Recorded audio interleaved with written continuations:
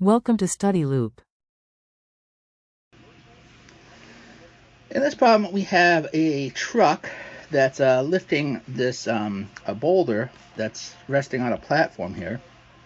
And so we have the configuration here. I'll try to sketch it a little bit better here. So we have this cable, and we have it coming up over another pulley. And so there's a pulley here that's then fixed to ground here. And so this is attached to the truck. So we have basically this mechanical advantage of wrapping this cable around this pulley, and then this is attached to the boulder, and this is obviously fixed. Obviously, it's shown in the book, in the figure. So what we need to do is, if we take a look at the free body diagram of this pulley here, now we're assuming this pulley doesn't have any mass, or at least is negligible mass compared to the platform and the boulder. We see that we get, if we cut, we isolate it. So we isolate it, and we have a tension in the cable over here. We have the same tension in the cable over here because it's the same cable being wrapped around. And then we have the force from the cable attached to the center that's attached to the platform.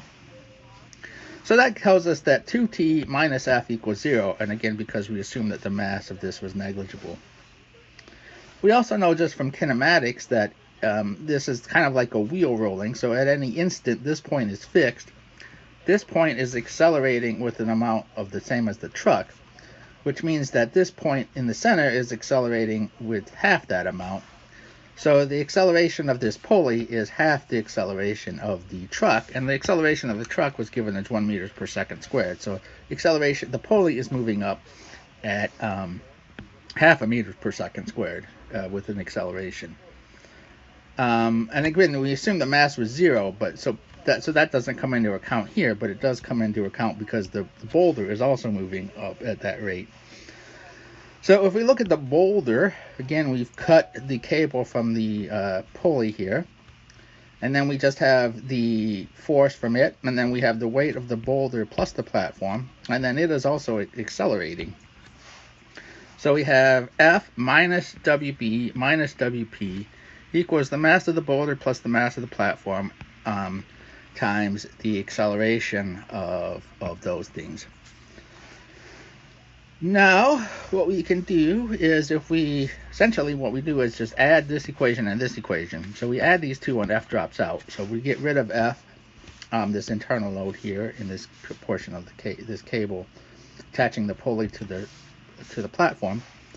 And we get 2t equals the weight of the boulder plus the weight of the platform plus the mass of the platform of the boulder plus the mass of the platform times the acceleration of the platform. Okay, so we can just basically plug all this in, and we know everything in this equation except for t here, and so that turns out to be 609 pounds. And once we plug all our values in, because we're given the weight of the boulder and we're given the weight of the platform, and we know what G is, and again, just making sure we use it in English units. Now, for the truck, the truck is on this surface here, so we have some normal force, we have some friction force, we have some weight from the truck, the tension from the cable that it's pulling, and then the acceleration of the truck. So in this case, we just need to know, we're asked what this friction force is. We're not asked about any coefficient of friction or anything, so we don't need to worry about the normal force being equal to the weight. So we just look at our force balance in the horizontal direction. So we have the friction force minus the tension must equal the mass of the truck times the acceleration of the truck. So the friction force is the mass of the truck, its weight divided by g, times the acceleration of the truck plus the tension, which we already found.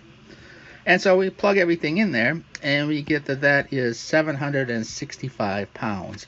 So again, if we were worried about slipping, that would be, we'd have to have at least this amount of friction force or gripping force for the truck to not slip in as it's lifting this boulder up.